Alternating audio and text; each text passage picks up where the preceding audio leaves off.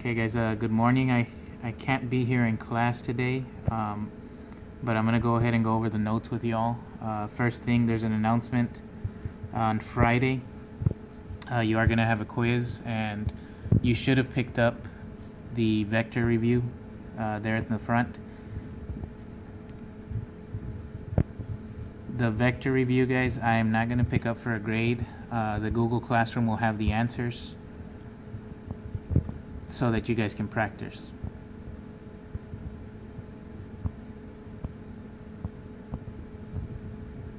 Okay, now a couple of things that you do need to know for the exam that is not on that actual review is definition. So know the equation for the dot product. Okay, I'm not going to give that to you. Know the definitions for moving in the same direction or in opposite directions. Magnitude, be able to describe how you find the magnitude in your own words. Excuse me. As well as how to use the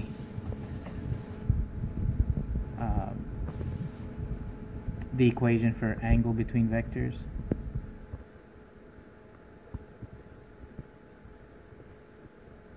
And orthogonal. What's the definition? What's the definition and what you need to do to find it? Okay, so be ready for that. And again, that's going to be on Friday. Look in the Google Classroom. If there's anything else I forgot here, I'll go ahead and put it up there. So just look for it. Okay. So today's lesson, we're going over 6.3. We're done with vectors. We're going to be doing parametric equations now, and today's a pretty simple lesson. Okay, and so we're going to go ahead and get started, get straight into it. Okay. So parametric curves and equations. Okay, usually what we're used to seeing when we graph something, because that's what we're going to be doing today, is graphing. We have an equation, y equals something, right? Like x squared, like 3x squared plus 2, something like that. Okay, this is the way we're used to seeing our equations. What parametric equations are, okay, and we'll discuss a little bit more why this is the case. We're going to have two equations now, one for x and one for y. And we're going to have a certain parameter, t, that's in common. So all of these equations are going to be like t plus 3 or t squared plus 2, something like that. What I see in both equations for x and y is this parameter I call t. And one of the other things we're going to see is an interval. Okay, so this first example that we do is not going to have an interval. Okay, but usually, or not usually, but on some problems we'll have an interval. So this is my parameter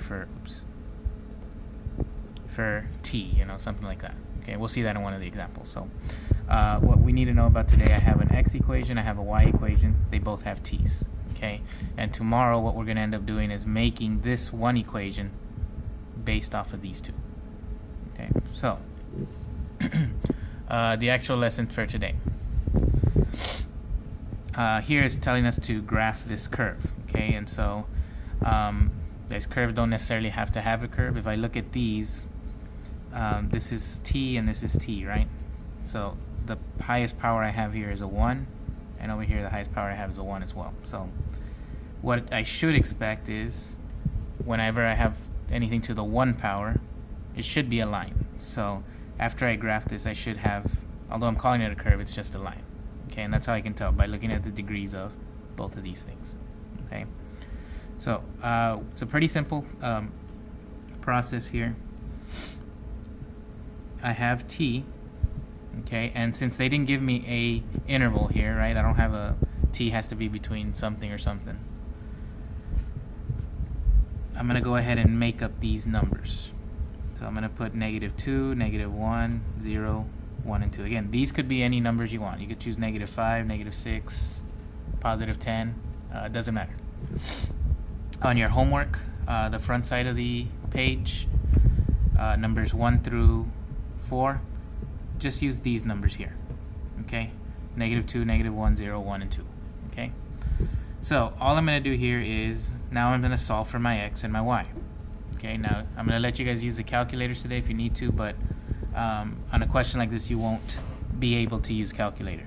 Okay, and so you need to be careful with your signs. So all I'm going to do is plug this t value in for the x equation. So this becomes -2 plus 1, which is -1. And I keep doing that for all of the x numbers. -1 plus 1, that equals 0.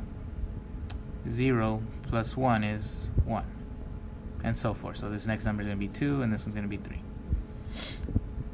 And I'm going to do the same thing now with the y equation. So this is going to be 2 times -2 is -4. 2 times -1, -2. 2 times 0, 0. And so forth. So this is going to be +2, +4. Okay. And what I have now is an x coordinate and a y. So what I'm going to do is I'm going to come now to my graph. In the x direction I go -1, so -1, and then 1, 2, 3, 4 down.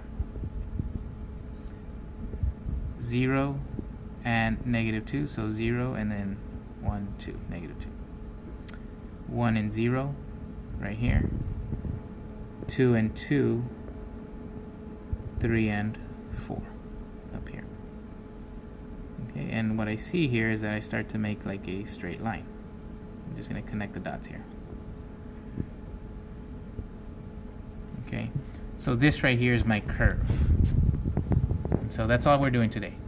Find my x values, find my y's, plot them, make the curve. Okay, so I know there's 2 more examples here, but I'm just going to go over one. So here I have 2 equations again. I have my x equation, I have my y equation. But now I have a parameter. Okay, so this is the t values I want to plug in. So the smallest value is going to be -1. My biggest one is +1. Okay, and let's go ahead and just choose a number that's somewhere in between -1 and 1. So, I mean, in this case it's 0. On your papers, I mean, just choose some number, guys. That's in between. For most cases, I think 0 is one of them. So, one thing I noticed here, this is squared. So, a squared means it should be a parabola. And so, since the y is squared, I'm going to expect to see something curved like that. Okay, so same process. X, y. I plug in -3 times -1. Don't forget your parentheses. Plus 1. So -3 times -1 is +3, plus 1 is 4. -3 times 0 plus 1, so it's 0 plus 1, which is 1. -3 times a +1 plus 1, so this is -3 plus 1 is, excuse me, -2. And I'm going to do the same with the y's now. So this is, again, choose the t value, not the x. You're using the t. So this is 3 times -1 squared minus 4. So -1 squared is +1, so it's 3 times 1 minus 4, which is -1. 3 minus 1. 3 minus 4, okay, which is -1.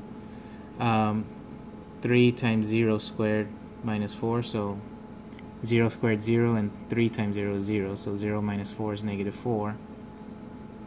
And then I'm going to put 3 times 1 squared minus 4, which 1 squared is 1, so it's 3 times 1 is 3, minus 4, -1. And now I have my points again, so I'm going to plug x, I go 1, 2, 3, and 4, and then -1. And again, this is a parameter, so we're going to not put an arrow here. It's just a dot. Next point is 1, -4, so 1, and then 1, 2, 3, and 4. And then -2, -1. And all of these are dots. Okay, again, we have a parameter here. And all I do is connect it, and it does kind of look like a parabola, which is what I'm expecting because of that. And so this is it. This is my curve. Okay, so this is all we're doing today, guys, front and back. Okay, again, look in the Google Classroom for the review, and I'll see you all tomorrow.